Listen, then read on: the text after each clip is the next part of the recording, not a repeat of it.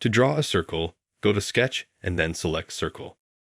Select a point on the grid for the center of the circle and then move your pointer to position the circumference. To specify an exact dimension for the circle annotation, enter a value on a keyboard or use the numpad.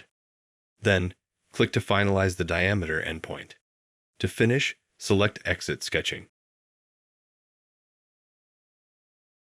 In Design History, you can modify the plane or face where you want your sketch to be.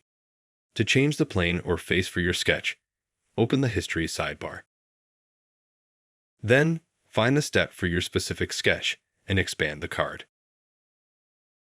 Click or tap Edit or Select, and then choose a new plane or face for your sketch.